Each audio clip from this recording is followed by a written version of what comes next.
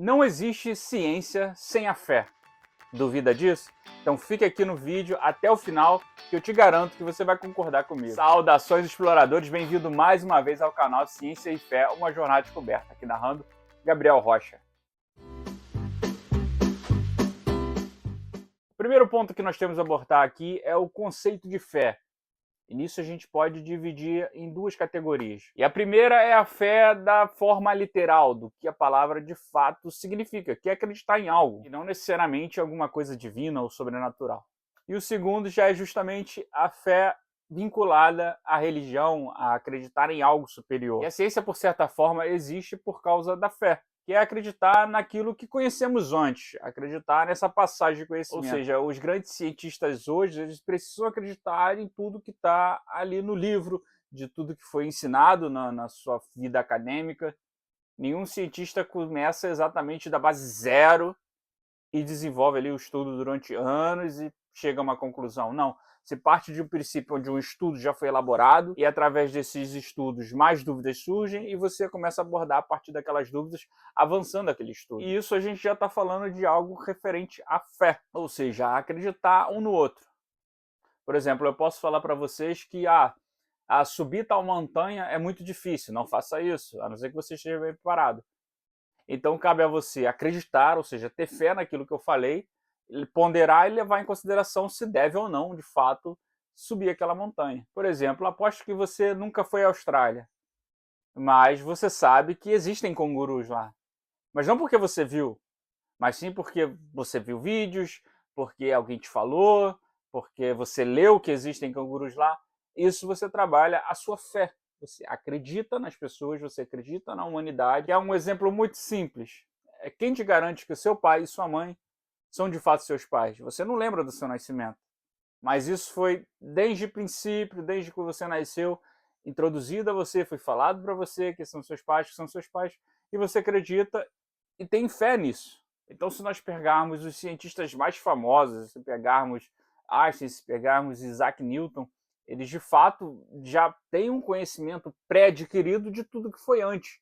Eles estudaram livros da época, estudaram teorias que já existiam. E através desse conhecimento adquirido por gerações, foi possível dar continuidade nessas investigações e alcançar feitos ainda maiores.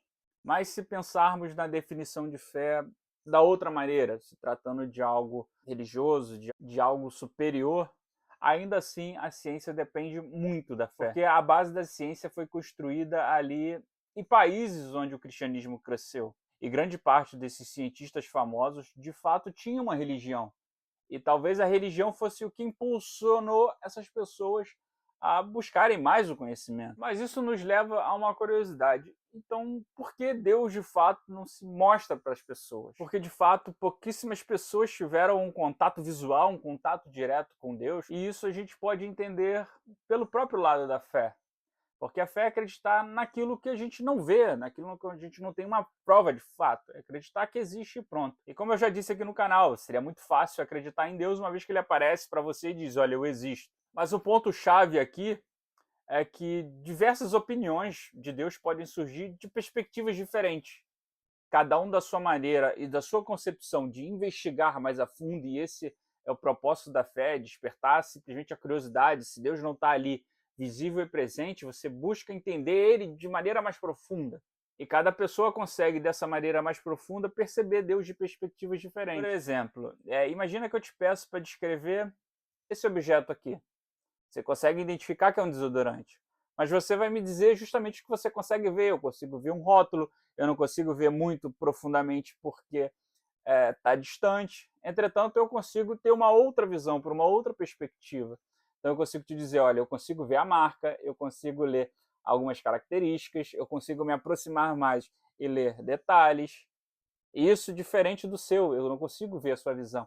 Então a gente consegue ver Deus de diversas perspectivas, e o que seria difícil, por exemplo, se eu tivesse de fato a visão de Deus, acreditar na sua perspectiva, porque eu tenho na minha cabeça a total ciência de como Deus é.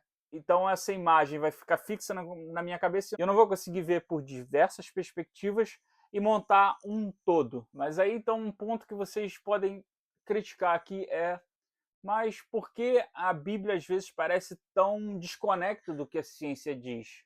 Porque, por exemplo, a história de Adão e Eva, e isso ao contrário do que o evolucionismo diz, que demoraram ali milhões, bilhões de anos para a Terra se formar, para o ser humano avançar, evoluir de uma espécie primata e chegar até aqui o que é hoje. Nesse caso, o que a gente pode dizer é que a Bíblia não é um livro de ciências, não tem um valor acadêmico. A Bíblia é uma passagem de conhecimento. Ela tem ensinamentos para te ensinar a viver, para ter uma visão de como é Deus, de como é a religião, de como você deve se comportar. E não simplesmente tem a obrigação de narrar fatos históricos ao pé da letra ou de fato como ela foi ou como existiu, mas sim te mostrar de formas muitas vezes contadas. Por exemplo, Jesus falava muitas coisas em parábolas, talvez histórias que não existiram, mas através dessas parábolas ele contava uma história e as pessoas conseguiam entender o motivo por detrás disso. A gente consegue ver, por exemplo, em Atos dos Apóstolos. Ali existe uma conversa entre o diácono Filipe e o eunuco, e justamente é dito sobre isso, que a Bíblia precisa ser explicada por alguém. Você não pode simplesmente pegar e ler e assumir aquilo ali como uma verdade, ou que as coisas foram feitas assim. Ela precisa ser interpretada, ou seja, não é um livro de história. Se você parar para perceber, a Bíblia é dividida em diversos tópicos, em diversos tipos de maneira de se transmitir.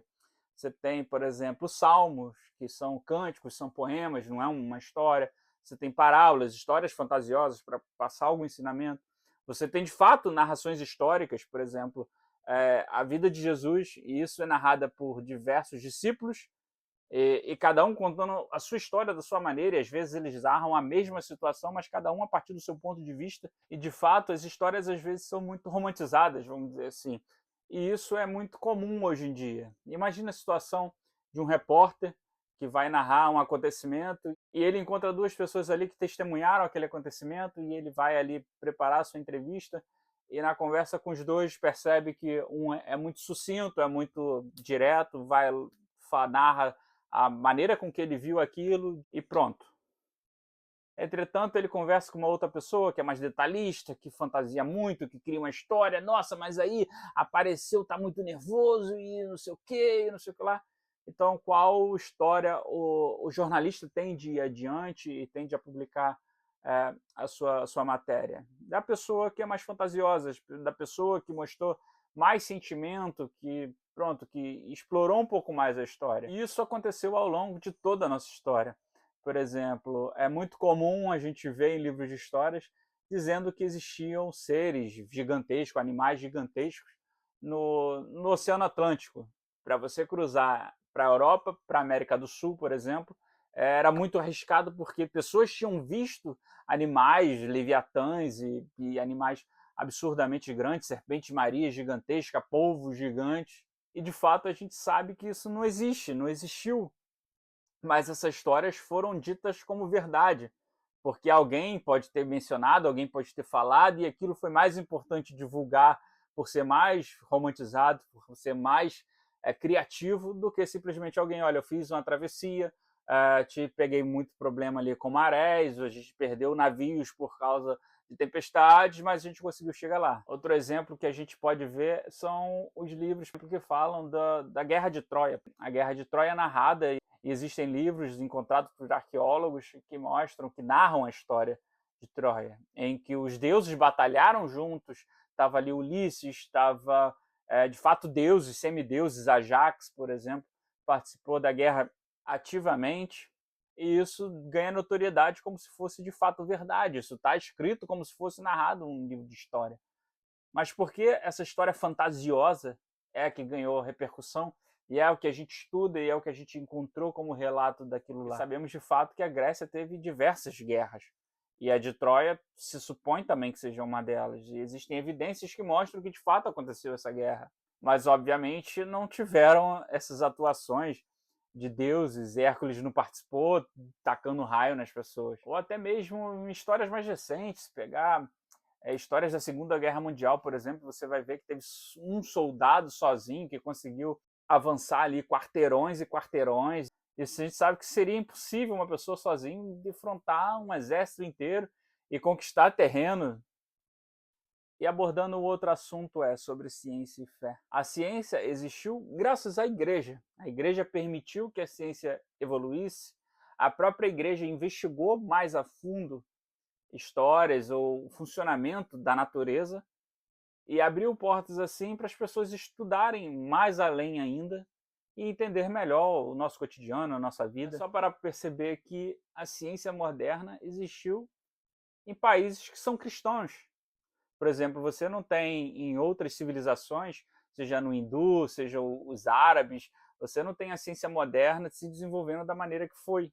De fato, nem existe a ciência moderna. Os conhecimentos que ele detém são derivados do conhecimento que a gente adquiriu dentro do cristianismo. E se você investigar na história, você vai ver que muitos cientistas eram padres, eram bispos, ou de fato pessoas religiosas que acreditavam em Deus, que tinham uma certa fé. Por exemplo, Isaac Newton, até mesmo Einstein era judeu e tinha uma fé, tinha uma religião.